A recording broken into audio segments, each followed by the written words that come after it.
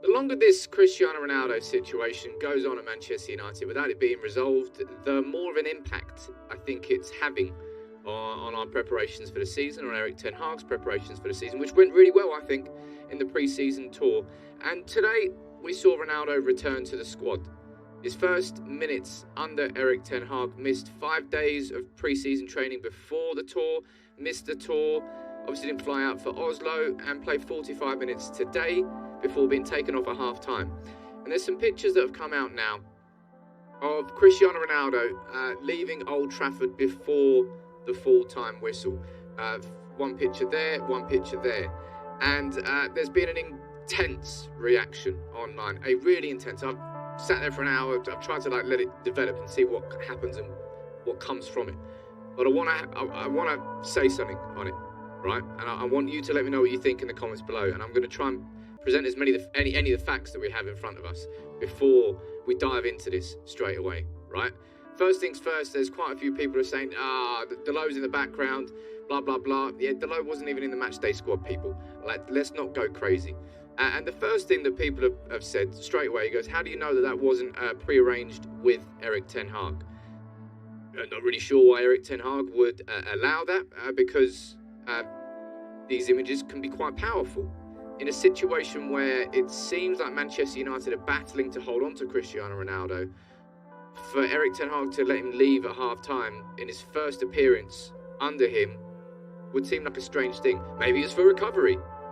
What, an ice bath, can't wait 45 minutes? That's a weird flex, that's a weird take. I don't think that's the case.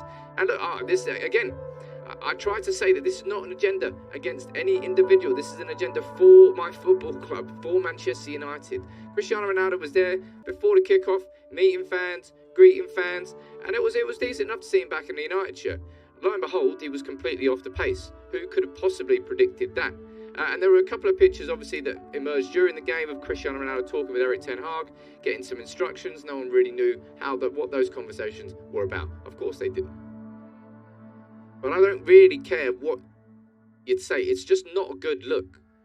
It's not a good look. Maybe I'm going to regret doing this video because I try not to be too overreactionary, and I try to present things when I know all of the facts. This one, I feel like I might be jumping on it a little bit too early, but I feel quite strongly about this Ronaldo situation. I really, really do, about where the power is lying here. Because I'll be honest, Ronaldo's acted a bit weird this week. I think so anyway. In the build-up to the game, we saw what happened over on Instagram. Ronaldo announcing that on Sunday the King plays, sort of confirming that he was going to be playing against Rayo Vallecano. And again, we don't know whether he spoke with Ten Hag before that. Maybe he did, maybe he didn't. And then Ronaldo reacting to all the stories that were in the press. Impossible not to talk about me one day, otherwise the press makes no money, he says. I'm not here to make money. I'm here to talk about my football club. I'm talking about the things that are impacting the build-up to this season. This Cristiano Ronaldo story is absolutely dominating it at the moment. It really is, because it seems like our plans for attackers, one or two attackers, I don't think it should be related to Ronaldo, but it seems like they're somewhat intertwined.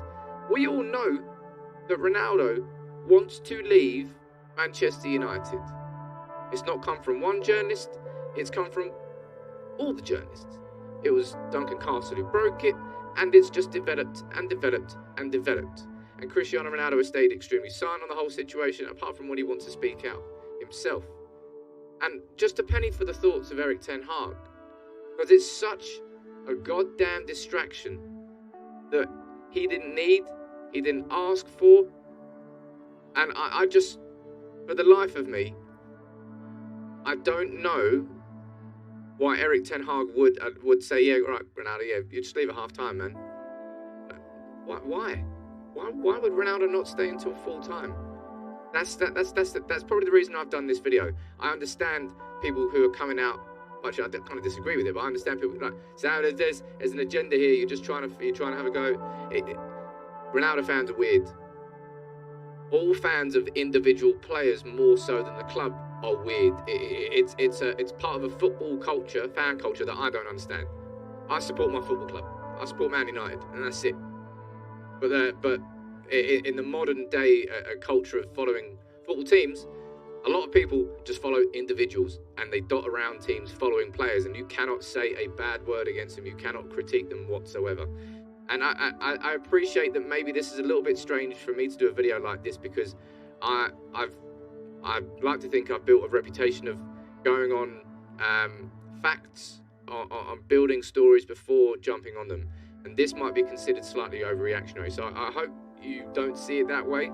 But with how intensely important this story is to Manchester United this season, I wanted to do it. And as I said, I just don't think this helps Erik ten Hag. Now, with Cristiano Ronaldo, I'm not going to cry over any spilt milk, man. You've got three players there, and Roy Keane, Ruud van Nistelrooy, and David Beckham, who all left Manchester United in acrimonious circumstances. Ruud van Nistelrooy, when we brought in, who was it we brought? Was it Salah? No. When he didn't start that League Cup final, I think it was, and he started to fall out with Fergie, and Van Nistelrooy left. Beckham, we all know what happened there with Fergie. He fell out with Fergie. Well, make it a hat-trick. Keane, we all know what happened there. All three of them left, three absolute, genuine legends of the club. And we moved on. And we will move on from Cristiano Ronaldo when he leaves. But I just don't think this is a good look. And maybe this is going to get explained, all right? Maybe it's going to come out that Cristiano Ronaldo did have an agreement with Erik ten Hag that he could leave at half-time. But it's just a weird flex. And that's the reason I'm doing this video. Because at a time when all these stories are so intense, he hasn't turned up for any of the pre-season tour. He didn't turn up for the 5 days before it because of personal family reasons, which we're never going to find out about. Of course, that's down to the personal relationship between Ronaldo and the football club. That's down to that. But it just doesn't help. It just doesn't help. And as I said, I've just found it really weird this week, seeing what Ronaldo was doing on Instagram. It's sort of like saying the King is going to play on Sunday, and then leave at half-time as well. He didn't mention that. And then like lashing out at the Instagram stories, which is... Ronaldo's always been one of the biggest global names in the world. He's used to this sort of attention. It seems like right now, it feels like he feels he's backed into a corner. He feels like he's lashing out, and he's got to try and protect himself, which is what he's doing with these sorts of Instagram posts. But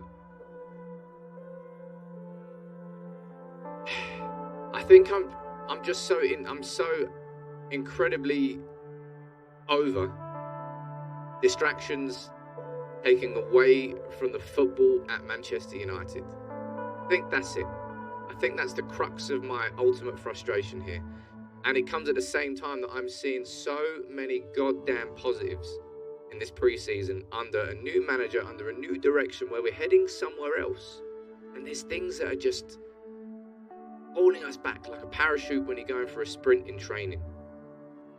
That's just what it feels like, and it's what it feels like this Ronaldo situation is. That, I think, is why I'm doing this reaction video. I hope you sort of stuck around to listen to my opinion. This isn't me slagging, this isn't me coming here saying, oh my God, can't believe blah, blah, blah. Look, Ronaldo was there before the game. He was there meeting fans, and the people are like, oh, Sam, look, but there's Delot over there. I will reiterate, I know it was Delot there. I think there was others that might have left before the full-time whistle, but geez, none of them were in the matchday squad, all right? So let's not try and compare those situations.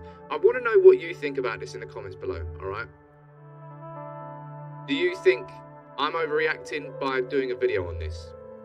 Do you think people are overreacting by saying it's disrespectful? You can let me know what you think. But the only fact that we still have is that Ronaldo wants to leave the club.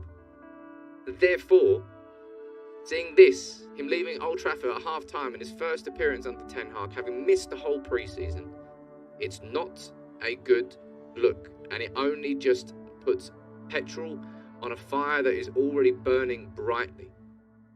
It just fuels it. So I want to know what you think about that in the comments below. Do you think I'm overreacting? Do you think it's a nothing situation? Or do you think that Ronaldo leaving half-time there, as these pictures confirm, it doesn't confirm that he's going to leave, but what's the headspace?